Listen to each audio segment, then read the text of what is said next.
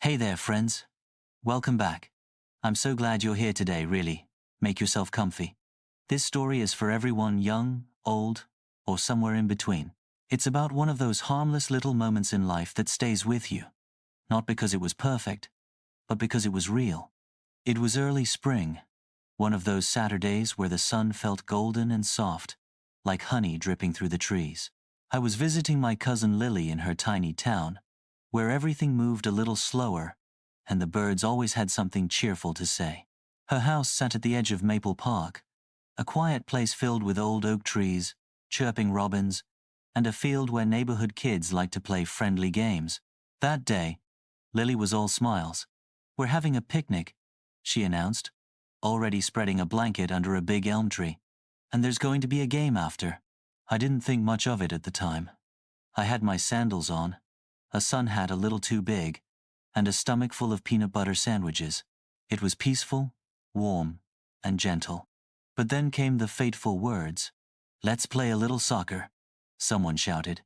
Now, I'm not exactly what you'd call sporty, but I was surrounded by sweet smiles and soft laughter. What could possibly go wrong? The teams formed naturally: cousins, friends, a few neighbor kids.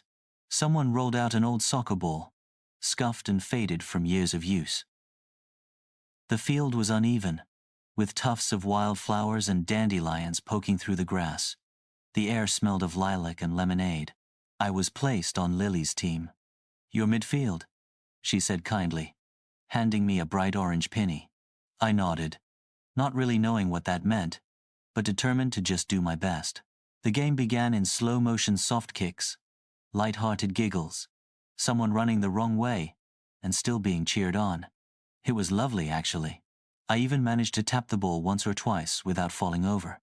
But then, it happened. The ball rolled right toward me like a perfect movie moment, and everyone shouted, "Go! Take the shot!"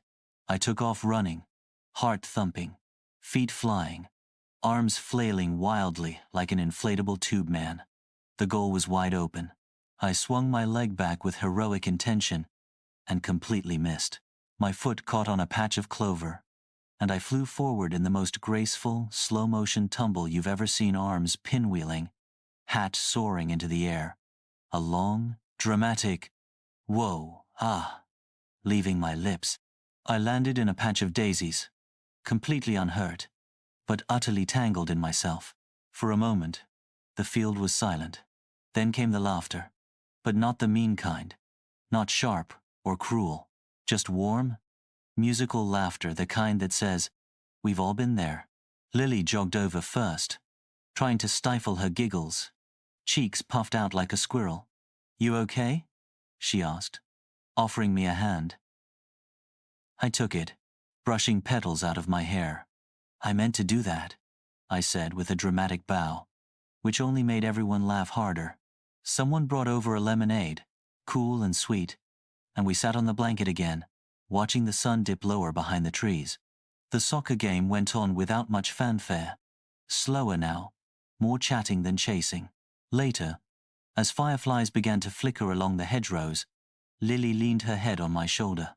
"That was the best fall I've ever seen," she whispered, and somehow, I felt proud of it. Not because I scored a goal I definitely didn't, but because I got up smiling. Sometimes, embarrassing moments just turn into good stories later. As the stars came out and the crickets tuned up their evening song, I felt completely at peace, full of laughter, fresh air, and the gentle joy of being part of something silly and sweet. Thanks so much for listening, friend. I hope that little tale brought you a cozy smile. If you've ever had your own clumsy sports moment, you're in good company. Don't forget to like, subscribe, and stop by again for more warm, peaceful stories like this one.